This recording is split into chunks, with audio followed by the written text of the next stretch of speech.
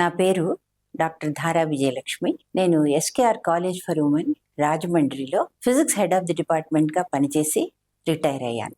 Retire అయిన తర్వాత ఆధ్యాత్మిక చింతన పెరిగి విష్ణు సహస్రనామంపై 1000 నామాలకు 1000 సంకీర్తనలు రాశాను. దానికి తిరుమల తిరుపతి దేవస్థానం వారు నాకు ఆర్థిక సహాయంతో పుస్తక రూపంలో ముద్రించడం జరిగింది.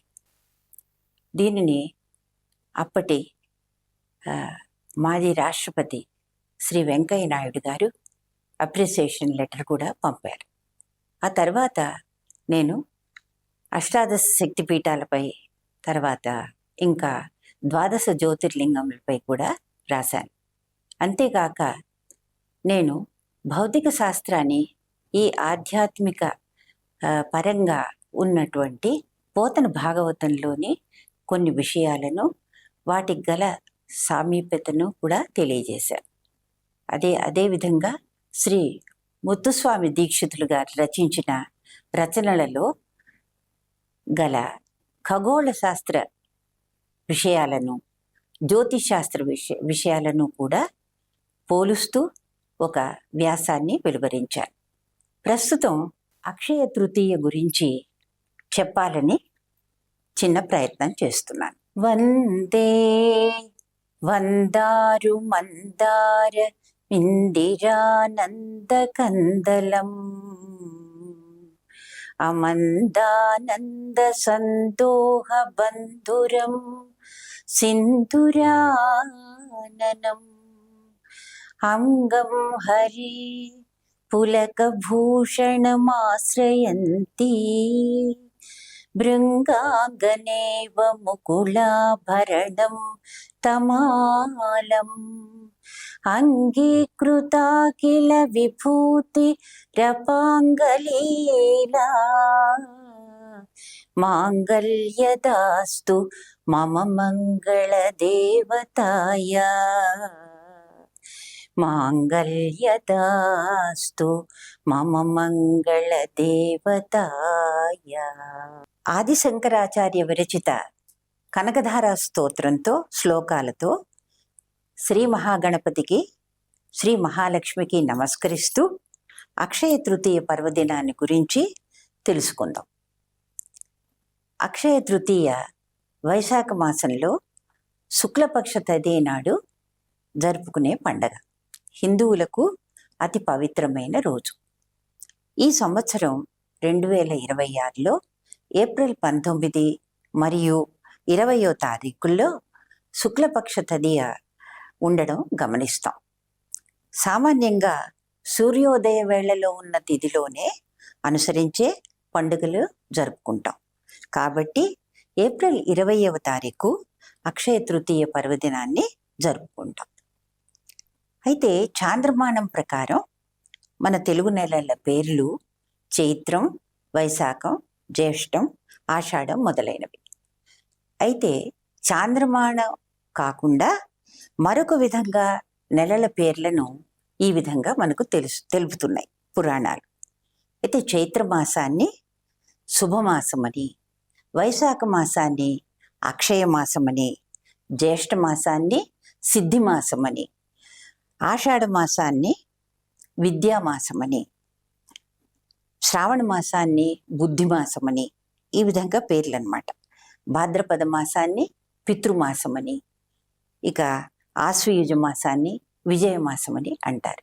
కాబట్టి ఈ పేర్లలో వైశాఖ మాసానికి అక్షయమనే పేరును ఉండడం గమనిస్తాం. కాబట్టి ఈ పండుగను అక్షయ తృతీయ అని పిలవడం జరిగింది. అక్షయం అంటే తరగనిది, శాశ్వతమైనది, నశింపనిది, నిత్యమైనది, దినదినాభివృద్ధి చెందేది అని అర్థం. ఈరోజు శ్రీ మహాలక్ష్మిని పూజించి ఆమె అనుగ్రహం పొందాలని ప్రయత్నం చేస్తారు. శ్రీ మహాలక్ష్మి అనుగ్రహం ఉంటే జీవితంలో ఏ లోటు ఉండదని మన అభిప్రాయం.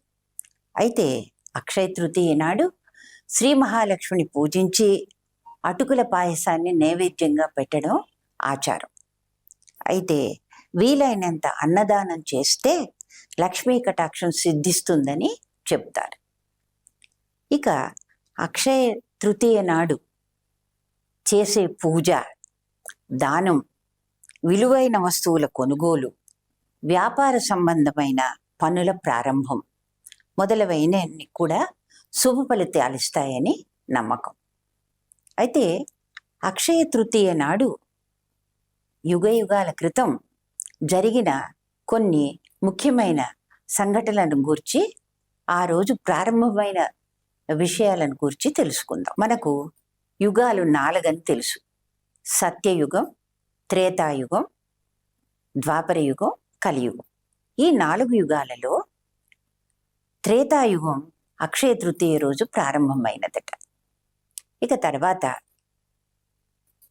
పార్వతీదేవి అన్నపూర్ణగా అవతరించిన రోజు ఈ రోజు. పరమశివుడు, పార్వతీదేవి ఒకరోజు పాచికలాడుతుండగా పరమశివుడు ఈ ప్రపంచమంతా మాయ అని, ప్రాణికోటికి ఆహారం కూడా మాయే అని అంటాడు.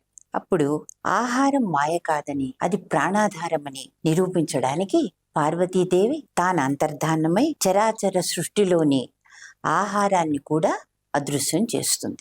పార్వతీదేవి అదృశ్యం కావడంతో జనులు, దేవతలు, మునులు, ప్రాణికోటి అంతా కూడా ఆహారం కోసం అలమటిస్తారు. కరువు కాటకం విలయతాండవం చేస్తుంది. పరమశివుడు కూడా పార్వతి అప్పుడు ఆకలి బాధను అనుభవిస్తాడు. అప్పుడు పార్వతీదేవి అన్నపూర్ణగా అవతరించి అన్నాన్ని ప్రసాదించే తల్లిగా పూజలు అందుకుంటుంది. అప్పుడు పరమశివుడు కూడా అన్నపూర్ణాదేవి యుద్ధకు వచ్చి భిక్షను స్వీకరిస్తాడు. తన అభిప్రాయాన్ని అప్పుడు ఆయన మార్చుకుంటాడు.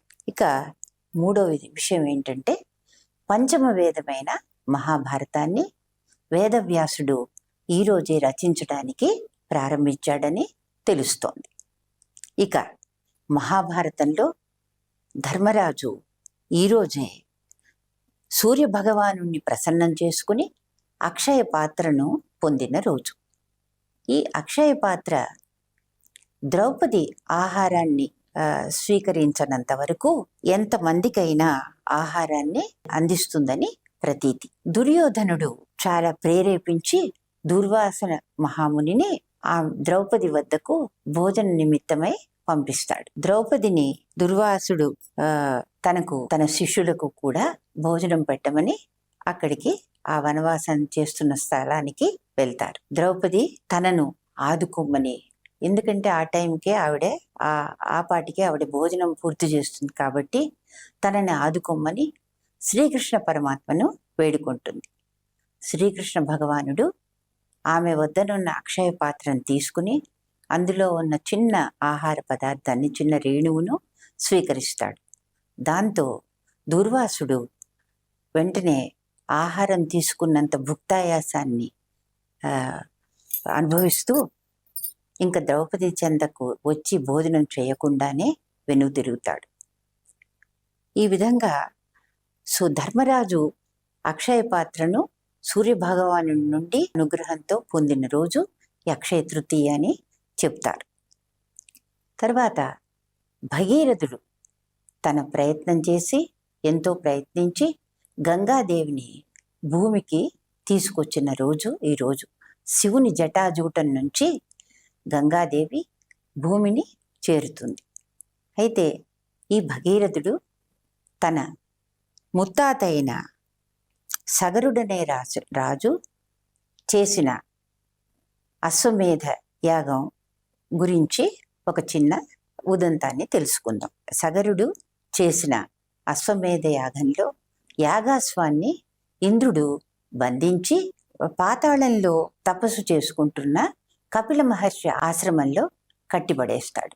సగరుల పుత్రులైన 60,000 మంది ఆ పాతాళంలో ఉన్న యాగాశ్వామి యొక్క ఉనికిని కనుక్కొని కపిల మహర్షి ఆశ్రమంలోకి ప్రవేశించి వింత శబ్దాలు చేస్తూ ఆ మునిని కోపోద్రిక్తుడిని చేస్తారు. సగర పుత్రులకు ఉత్తమ గతులను లభించడానికి కోసమే భగీరథుడు చేసే ప్రయత్నాన్ని పట్టు విదలకుండా చేస్తాడు. కాబట్టి మనం భగీరథ ప్రయత్నం అనే మాటని వింటుంటాం.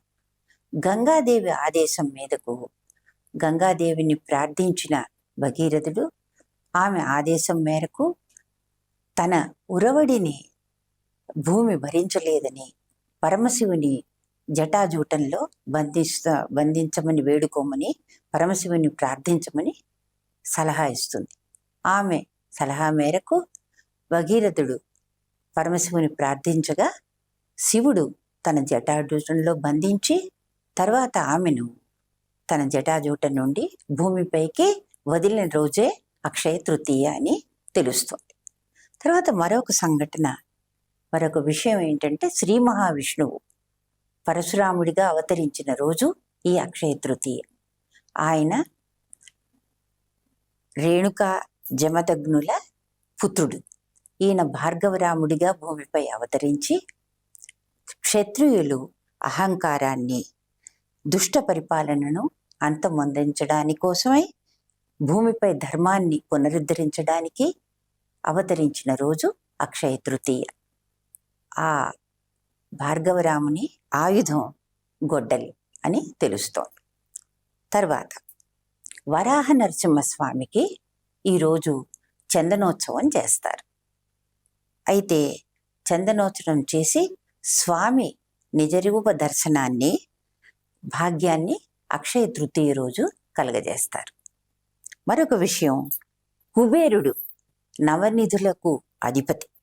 ఆయన అక్షయ తృతీయ రోజు శ్రీ మహాలక్ష్మిని ప్రసన్నం చేసుకుని ఆమె అనుగ్రహం పొందిన రోజు. ఇక మరొకటి ఏమిటంటే, కుచేలుడు తన బాల్యమిత్రుడైన శ్రీకృష్ణునికి కొంత చిన్న అటుకులు మూటను తెచ్చి ఆయనకు అర్పించి అపారమైన సంపద పొందిన రోజు ఈ అక్షయ తృతీయ. పైన తెలిపిన ఎన్నెన్నో శుభారంభాలు జరిగిన ఈ అక్షయ తృతీయ నాడు ఏ పని చేసినా అక్షయమవుతుందని మనకు జనులకు నమ్మకం. అయితే ఏ పని చేయడమే కాదు, ఆ రోజు పుణ్యం చేసినా కూడా అది అక్షయమవుతుందని ప్రతీతి. కాబట్టి ప్రజలు దాన ధర్మాలు, పూజలు, వ్రతాలు అన్నీ కూడా భక్తి శ్రద్ధలతో చేస్తారు. ఈ రోజున సంపద పెంపొందించడానికి బంగారం కొనాలనే నమ్మకం చాలా మందిలో ఉంది. అయితే పూర్వం ఆర్థిక స్వాతంత్ర్యం అంతగా లేని స్త్రీలు మునుపు పూజలు, వ్రతాల పేరుతో తమ పేరున కొంత బంగారాన్ని కొనుక్కుని దాచుకోవాలనే ప్రయత్నం, అదిగాక తమ కష్టకాలంలో దానిని వాడుకునేవారు, ఆదుకునే నిధిగా భావించేవారు. అయితే ఆంధ్రప్రదేశ్, తెలంగాణ ప్రాంతంలో మనకు వరలక్ష్మి వ్రతం అప్పుడు ఈ ఆచారాన్ని గమనిస్తాం. వరలక్ష్మి పూజలో తప్పకుండా ఒక బంగారు నాణాన్ని కానీ, ఒక బంగారు నగను కానీ స్త్రీలు కొనుక్కుని దాచుకోవడం, మనం పూజలు చేయడం గమనిస్తాం. అయితే మహారాష్ట్ర, ఉత్తరప్రదేశ్, తమిళనాడు, కర్ణాటక, కేరళ రాష్ట్రాలలో ఈ అక్షయ తృతీయకు బంగారం కొనుక్కునే ఆనవాయితీ ఉంది. మన రాష్ట్రంలో ఈ మధ్య వ్యాపార ప్రకటనల వల్ల ఇప్పుడు మనం కూడా బంగారాన్ని కొనుక్కుని దాచుకునే ప్రయత్నం చేస్తున్నాం. అయితే నాదొక చిన్న సలహా ఏమంటే, బంగారం కొనుక్కోవాలనే తాపత్రయంతో ఇప్పుడు అధిక ధరల్లో అమ్మకం జరుగుతోంది. కాబట్టి ఈ టైంలో మనం అప్పు చేసి బంగారాన్ని కొనుక్కోకపోవడమే మంచిది. ఎందుకంటే అక్షయ తృతీయ నాడు ఏ పని చేసినా వృద్ధి చెందుతుంది. కాబట్టి అప్పులు కూడా వృద్ధి అయ్యే మార్గం బహుశా జరగవచ్చు. కాబట్టి ఈరోజు అప్పులు చేసి మాత్రం బంగారాన్ని కొనకపోవడమే మంచిది. ఇక అక్షయ తృతీయ నాడు చేసే పూజల గురించి తెలుసుకుందాం. అయితే ఈ అక్షయ తృతీయలో అక్షయం అంటే తరగనిది, శాశ్వతమైందని మనం తెలుసుకున్నా, అన్నదానికి అకారార్థో విష్ణువు అని అర్థం. కాబట్టి అంటే విష్ణువు అని, క్షయం అంటే గృహం అని అర్థం. కాబట్టి విష్ణువు యొక్క నివాసం, విష్ణు భగవానుని యొక్క గృహం అని అర్థం. విష్ణు భగవానుని గృహం అంటే ఏమి? పరంధామం అన్నమాట. అంటే ఈ అక్షయం అంటే శ్రీ మహావిష్ణువు యొక్క గృహం, అంటే భగవంతుని సన్నిధి, పరంధామం. కాబట్టి అక్కడికి చేరడానికి చేసే ప్రయత్నమే అక్షయ తృతీయ యొక్క పూజా విధిలో పరమార్థం అని తెలుసుకోవాలి. అమోఘమైన ఈ వైశాఖ మాసంలో మనం లక్ష్మీనారాయణులను పూజ చేసి నైవేద్యం సమర్పించి ఆ తర్వాత ప్రసాదాన్ని సేవించాలి. అయితే ఈరోజు మహాలక్ష్మిని ఏమని పూజ చేయాలో తెలుసునా? అమ్మ, మాకు ధర్మబద్ధమైన విధిలో మేము సంపాదించే మార్గాన్ని, బుద్ధిని మాకు ఇవ్వమ్మా, మాకు ప్రసాదించు అని ఆ తల్లిని వేడుకోవాలి. ఎందుకంటే మహాలక్ష్మి బుద్ధి ప్రదాత, ఆమె మనకు జ్ఞానాన్ని ఇస్తుంది కాబట్టి అటువంటి మంచి జ్ఞానాన్ని, సుజ్ఞానాన్ని ఒసగమని దేవిని మనం అర్థించాలి. ఇవన్నీ కూడా మత్స్య పురాణం, నారద పురాణాలలో ఈ సూచనలు తెలియజేయబడ్డాయి. ఇక తర్వాత ఈ అక్షయ తృతీయ రోజు మనం ఆచరించే మరొక వ్రతం ఏమంటే అశూన్య శయన వ్రతం. ఈ అశూన్య శయన వ్రతం రోజు ఏం చేయాలంటే, దంపతులు ఎవరైతే పూజ చేయదలుచుకున్నారో సదాచార సంపన్నులైన దంపతులను తమ ఇంటికి ఆహ్వానించి రమ్మని పిలిచిన తర్వాత మర్నాడు పొద్దున్నే వాళ్లకు పాద ప్రక్షాళన చేసి మంచి భోజనం పెట్టి నూతన వస్త్రాలను సమర్పించి, అంతేకాక గొడుగు, పాదరక్షలు, శయ్య ఇవన్నీ కూడా వాళ్లకు దానం చేస్తే అప్పుడు దాంపత్య జీవితం సుఖమయంగా సాగుతుంది, సంసార జీవితం సుఖమయంగా జరుగుతుందని, పిల్లలు అన్ని రంగాలలో అభివృద్ధి చెందుతారని నమ్మకం. అశూన్య శయన వ్రతం వల్ల జీవితంలో దంపతులు సుఖంగా ఉంటారని ఒక నమ్మకం. ఇక ఇంకొక అక్షయ తృతీయ రోజు చేసే మరో పూజ ఏమిటంటే కుబేర పూజ. లక్ష్మీ కుబేరుల పూజని చేస్తాం. ఆ రోజు లక్ష్మీ కుబేరుల పూజను చేయడానికి ముందే కలశ స్థాపన చేసి అందులో కుబేర యంత్రాన్ని ఉంచి తర్వాత దాని దగ్గరగా లక్ష్మీ కుబేరుల పటాన్ని అమర్చుకోవాలి. తర్వాత ఇంటికి కొన్ని వస్తువులను కొని తెచ్చుకోవాలని కూడా అంటారు. అవేమిటంటే పసుపు కొమ్ములు, కుంకుమ. ఇవి మనం ఏ పూజకైనా పసుపు కొమ్ములు, కుంకుమ తెచ్చుకుంటాం. ఇది కాక ఒక బంగారు నాణ్యం, తర్వాత వీలైతే తెచ్చుకోవడం, తర్వాత గవ్వలు, ఇంకా మట్టి కుండ, తర్వాత చీపురు, ఉప్పు, ఇటువంటి పదార్థాలను కూడా ఇంటికి కొని తెచ్చుకోవాలని సూచిస్తున్నారు. ఇవన్నీ తెచ్చుకున్న తర్వాత కుబేరుని, మహాలక్ష్మిని పూజించి కొన్ని మంత్రాలను 108 సార్లు జపం చేసుకోవాలని చెప్తారు. అయితే ముందు కుబేరుడు నవనిధులకు అధిపతి కాబట్టి ఆయన శ్రీ మహాలక్ష్మిని అక్షయ తృతీయ రోజు పూజించినప్పుడు మహాలక్ష్మి ఆయనకు కొన్ని సూచనలు ఇచ్చింది. అదేమంటే, ఈ పూజ చేసినప్పుడు నీ వద్ద ఉన్న ధనంలో 1/4 వంతు అంటే పావు వంతు తప్పకుండా నువ్వు దానం చెయ్యాలి. దానం చేయడం అనేది అక్షయ తృతీయ రోజు అతి ముఖ్యమైనదని ప్రతివారు సూచిస్తున్నారు. తన వద్ద ఉన్న ధనంలో 4వ వంతు దానం చేసినప్పుడు మర్నాడు అది 4000 రెట్లుగా వృద్ధి పొందుతుందని శ్రీ మహాలక్ష్మి కుబేరునకు సూచించిందట. అయితే ఈరోజు సూర్యోదయానికి ముందే మేల్కొని పసుపు బట్టలు ధరించి లక్ష్మీనారాయణులను పూజిస్తే శుభప్రదమని భావిస్తారు. అయితే వైశాఖ మాసంలో ఇంకా ప్రత్యేక దానాలేమి? ఘటదానం అంటే మట్టి కొండ దానం చేయమంటారు. అందులో దాని నిండా మంచినీళ్ళు ఇచ్చి, మంచినీళ్లను అంటే తర్వాత కుండలో నీరు దానం చేయడం, పానకం దానం చేయడం, ఆ తర్వాత చలివేంద్రాలు ఏర్పరచడం, పళ్ళ రసాలు ఇవ్వడం, ఇటువంటివన్నీ కూడా ఎంతో మంచిదని తెలుపుతారు. అంటే అక్షయ తృతీయనే కాదు, వైశాఖ మాసం అంతా కూడా ఇటువంటి దానాలు చేస్తారు. అయితే ఈ కుబేర వ్రతంలో ఏ నామాలను ఉచ్చరిస్తామో మనం చూద్దాం. ఓం యక్షాయ కుబేరాయ వైశ్రవణాయ ధనధాన్యాధిపతయే ధనధాన్య సమృద్ధిమే దేహి దాపయ స్వాహ. ఈ మంత్రాన్ని 108 సార్లు జపించాలని సూచనలు ఇస్తున్నారు.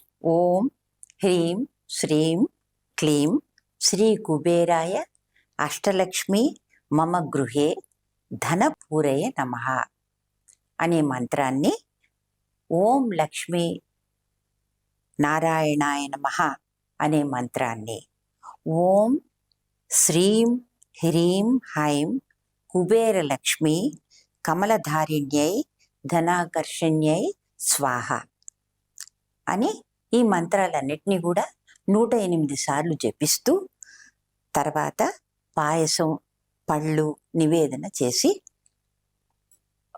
లక్ష్మీ కటాక్షాన్ని పొందవచ్చునని తెలుపుతారు.